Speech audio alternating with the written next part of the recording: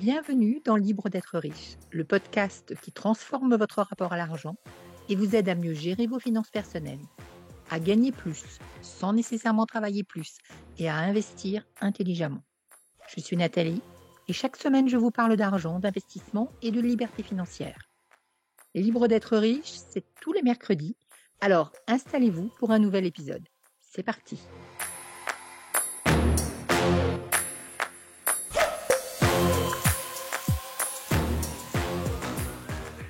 Nous allons explorer une des croyances les plus répandues sur l'argent. C'est une croyance dont j'entends parler quasiment tous les jours. Il faut travailler pour gagner de l'argent. L'argent que vous gagnez doit être issu des efforts que vous avez faits. C'est une croyance que je voudrais que l'on explore un peu plus en détail aujourd'hui, que l'on regarde toutes les conséquences que cette croyance peut avoir, si vous l'avez bien sûr, et nous allons voir également ce qu'il n'est pas si simple de catégoriser l'argent en bon ou en mauvais. Pour finir, nous verrons comment vous débarrasser de cette croyance si, bien évidemment, elle fait partie de votre univers. Il faut travailler pour gagner de l'argent. Qu'est-ce que ça signifie au fond? D'abord, je voudrais dire que ça n'est pas une mauvaise idée. Nous avons tous du temps, de l'énergie. Peut-être pas à égalité, certains ont plus d'énergie que d'autres, certains sont en meilleure santé que d'autres. Mais dans tous les cas de figure, ce temps, cette énergie que nous avons, cela correspond à une capacité de travail. Et cette capacité de travail, c'est une ressource que l'on peut échanger contre de l'argent. C'est ce que faisaient les journaliers du 18 ou 19e siècle. Bien évidemment, c'est ce que savent les agriculteurs. Les ouvriers, les salariés, les entrepreneurs, les artistes, nous travaillons tous pour gagner de l'argent. D'ailleurs, c'est probablement la raison pour laquelle on insiste là-dessus lorsqu'on est petit. Lorsque vous êtes enfant, il y a des chances que votre famille, vos parents, peut-être vos grands-parents, les maîtresses ou les maîtres à l'école, vous aient dit et rabâché que c'était important de travailler. Pour ne pas qu'on oublie que l'on peut toujours échanger sa force de travail contre de l'argent. Et que donc, 90% des gens, j'enlève les personnes trop âgées ou fragiles ou handicapées, ont de quoi gagner leur vie quoi qu'il arrive. Pas forcément extrêmement confortablement, mais au moins pour pouvoir vivre. Donc non seulement c'est une idée efficace que de travailler pour gagner de l'argent, mais c'est aussi plutôt noble. Plutôt noble parce que ça veut dire faire quelque chose de ses mains. Ça veut dire avoir l'impression de contribuer, donner de sa personne, donner de son temps, gagner de l'argent avec, en quelque sorte, qui nous sommes. C'est valoriser son temps. Un jour, ma fille m'a dit, moi, je veux faire un vrai métier. Autrement dit, en échange d'un travail, de compétences, d'un talent, je reçois de l'argent, mais aussi et surtout, je reçois de la reconnaissance. Si on regarde de près ce que signifie travailler pour gagner de l'argent, on se rend compte que c'est gagner de l'argent en apportant de la valeur, en travaillant, ce qui en soi a de la valeur parce que c'est une manière d'avoir sa place dans la société, c'est une manière d'être reconnu. À propos de ça, je voudrais vous rappeler une chose. Il y a quelques années, pour une élection présidentielle, il était question de revenu universel. Et ce revenu universel, soutenu par la gauche, a été très, très largement combattu. Et d'ailleurs, vous pourriez demander à vos amis, leur poser la question, tiens, en fait, toi, tu en penses quoi du revenu universel? Et vous allez voir que la réponse, allez, 8 fois sur 10, c'est il n'en est pas question. Pourquoi? Parce que les gens vont rester chez eux à ne rien faire. Ça encourage l'oisiveté. Derrière ça, si on décrypte, avec le revenu universel, les gens perdent de leur valeur, en même temps qu'ils perdent leur utilité sociale. C'est là où on arrive sur les conséquences de cette croyance. Parce que on est vite passé de travailler pour gagner de l'argent, c'est gagner de l'argent d'une manière que l'on valorise facilement, qui a de la valeur, à le seul argent qui a de la valeur, c'est celui que l'on gagne en travaillant. Si on n'a pas son argent suite à des efforts, suite à un travail et souvent on rajoute dur, alors ça veut dire que cet argent n'a pas de valeur. Conclusion ou conséquence de cela, cela oblige à travailler et à travailler dur et parfois jusqu'à l'épuisement puisque toute autre source de revenus n'a aucune valeur. La seule qui compte, c'est de travailler dur, donc ça oblige effectivement à travailler beaucoup et parfois jusqu'à l'épuisement. D'ailleurs, si vous regardez un petit peu plus précisément ce qu'il en est, cette notion de travail, travailler pour gagner de l'argent, est encore assez corrélée à l'effort physique. Quand on parle de celui qui travaille, on pense à celui qui se lève tôt. On pense à celui qui porte des charges lourdes, celui ou celle qui travaille dans des conditions peu sympathiques, qui doit se déplacer pour aller travailler. Là encore, ça demande un effort, ça demande quelque chose de physique. On doit se lever 2 heures avant, faire de la voiture dans les embouteillages pour aller travailler, se déplacer, changer d'endroit.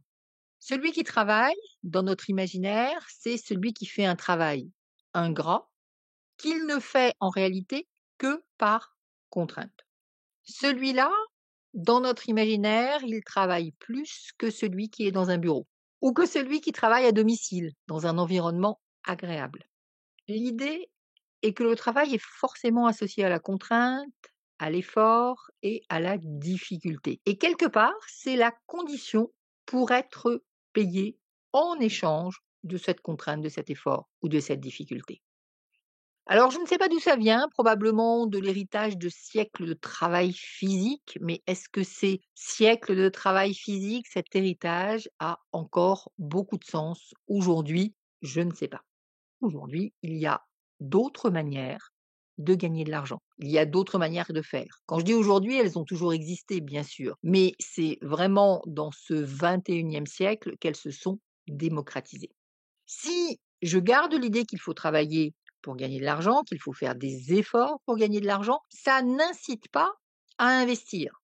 Parce que pour certains, ça serait gagner de l'argent sans rien faire. En tout cas, pas en allant casser des cailloux sur le bord du chemin. Ça n'incite pas non plus à tirer parti de l'argent dont on hérite. Je connais un nombre important de personnes qui gaspillent l'argent dont ils ont hérité, qu'ils, en quelque sorte, leur brûlent les doigts parce qu'ils ne l'ont pas gagné à la sueur de leur front. D'autres personnes vont garder cet héritage bien au chaud, quelque part, et ne vont jamais y toucher de la même façon, parce que cet argent qui n'a pas été mérité, c'est-à-dire qui n'a pas engendré de la souffrance en échange, n'est pas justifié et parfois n'existe pas. Je pense à une de mes clientes qui vivait assez chichement alors qu'elle avait des investissements qui tournaient bien. Mais cet argent n'était pas mérité à ses yeux, c'était trop facile, il n'y avait pas d'effort à faire. Et donc, il n'existait pas. Et comme il n'existait pas, elle n'y touchait pas. Autre conséquence de ce il faut travailler pour gagner de l'argent, pour les personnes qui sont à leur compte, que ce soit les artistes, que ce soit les entrepreneurs, les chefs d'entreprise. À partir du moment où vous avez cette croyance, vous ne valoriserez, vous ne ferez payer que les heures travaillées. Vous allez vous faire payer en fonction du temps passé. Vous allez donc mettre des tarifs trop bas parce qu'ils ne prendront en compte que le temps passé, que le temps travaillé, mais vous oublierez dans votre calcul que vous êtes aussi payé pour vous reposer, pour vous ressourcer, pour vous former ou pour faire de l'administratif. Dernière conséquence de cette croyance, le fait d'associer l'effort fourni à l'argent que l'on mériterait. Plus vous fournissez d'efforts, plus vous travaillez, plus vous devriez être payé. Alors je vous propose d'imaginer une petite chose. Imaginez une personne qui vous propose de construire un mur en pierre, pénible, compliqué, de 5 mètres de haut, en plein milieu de votre jardin. Aucun intérêt au mur, juste un jour il est venu, il dit non, mais ça serait bien d'avoir un mur là au milieu du champ, donc au milieu de ta pelouse. Donc je te propose de monter un mur qui fait 3 mètres de large, 5 mètres de haut, avec des vraies pierres. Bien sûr que pour monter le mur, cette personne va faire beaucoup d'efforts. Elle va travailler dur, elle va monter le mur à la sueur de son front. Est-ce que pour autant, vous allez le payer ou le payer cher? Le mur ne vous sert à rien, vous n'avez absolument rien demandé. Vous n'êtes pas à l'initiative du projet, c'est juste que la personne vous a dit: «Ouais, non, ça va être joli». même si vous n'avez pas envie de payer cette personne, construire un mur en pierre, c'est physiquement difficile. Et pourtant, j'en connais beaucoup, et moi la première, qui dirait: «Bah non, je ne vais pas te payer pour un travail inutile et même s'il a été difficile physiquement». Pour qu'il y ait rémunération, en réalité, il faut que le résultat soit attendu, que cela serve à quelque chose. Pas que la personne qui a produit le mur ou quoi que ce soit d'autre ait fait des efforts. D'ailleurs, à l'école, en principe, vous avez une bonne note non pas parce que vous avez beaucoup travaillé, mais parce que vous avez réussi votre examen. On rémunère le résultat, on ne rémunère pas les efforts et pourtant, la croyance existe bel et bien qu'il faut travailler pour gagner de l'argent, au risque de ne pas voir l'argent que l'on n'a pas eu au fruit de beaucoup, beaucoup d'efforts, avec cette petite nuance qui est que les efforts, c'est la plupart du temps physique et pas uniquement psychologique ou dans la prise de risque. Pourtant, il n'y a pas de bon et de mauvais argent. Il y a de l'argent gagné légalement, bien sûr, et de l'argent illégal. Ça, c'est une réalité. On est ou pas du bon côté de la loi. Quant à savoir si cet argent est bien ou mal, si l'argent du travail est bien quand l'argent de l'héritage est mal, on peut bien sûr s'intéresser à la manière dont l'argent est gagné. Et on va tout simplement garder à l'esprit quand même que notre jugement n'est pas réellement un jugement moral, mais une association au désagrément. Vous avez bien compris que le bon argent, c'est celui qui a créé un maximum de désagréments. Donc l'argent, c'est mal quand il n'est pas désagréable à gagner. Et c'est bien quand il est associé à un effort, et encore une fois, plutôt physique. Petite parenthèse, est-ce qu'on est toujours en train de parler d'argent ou est-ce qu'on est en train de parler de notre ou de votre relation au plaisir, à l'effort, à l'engagement, à la prise de risque? Mais on peut aussi regarder la manière dont l'argent est dépensé. Et c'est là où les choses se corsent. Est-ce qu'il sert à s'acheter une superbe voiture?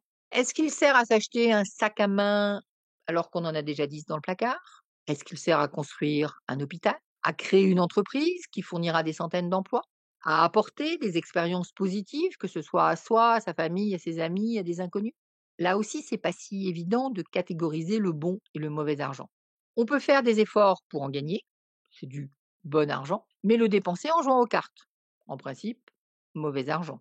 Ou bien on peut vivre de ses investissements sans travailler, et certains vous diront c'est du mauvais argent parce qu'il n'y a pas d'effort, mais reverser quasiment tout son reste à vivre à des associations caritatives pour aider les plus démunis.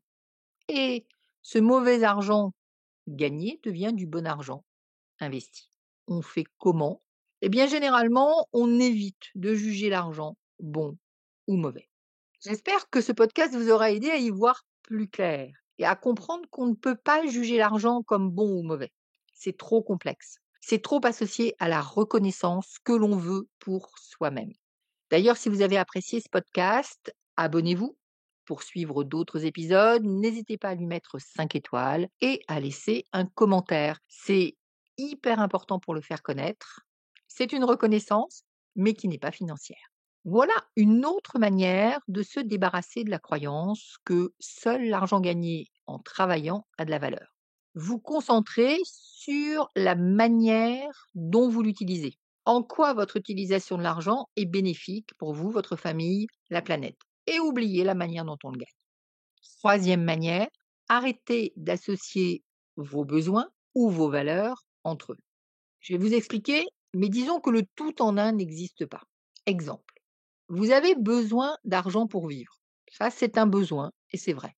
Vous avez aussi besoin de vous sentir utile, de travailler, d'être reconnu pour vos efforts. Mais on n'a pas besoin d'associer les deux. On n'a pas besoin de gagner de l'argent en étant reconnu. On peut gagner de l'argent d'un côté et être reconnu de l'autre. Deuxième exemple, vous avez comme valeur le sens du travail, le sens de l'effort. C'est important pour vous. Et bravo, c'est aussi une valeur que je partage. Vous avez toujours besoin de gagner de l'argent. C'est toujours pas nécessaire de gagner de l'argent en faisant des efforts ou en travaillant. On peut faire des efforts sur des choses qui sont parfois non rémunérées, parfois rémunérées mais pas forcément autant qu'on le voudrait, et par ailleurs gagner de l'argent. À chaque fois que l'on fait du deux en un, on réduit son univers et on limite ses possibilités.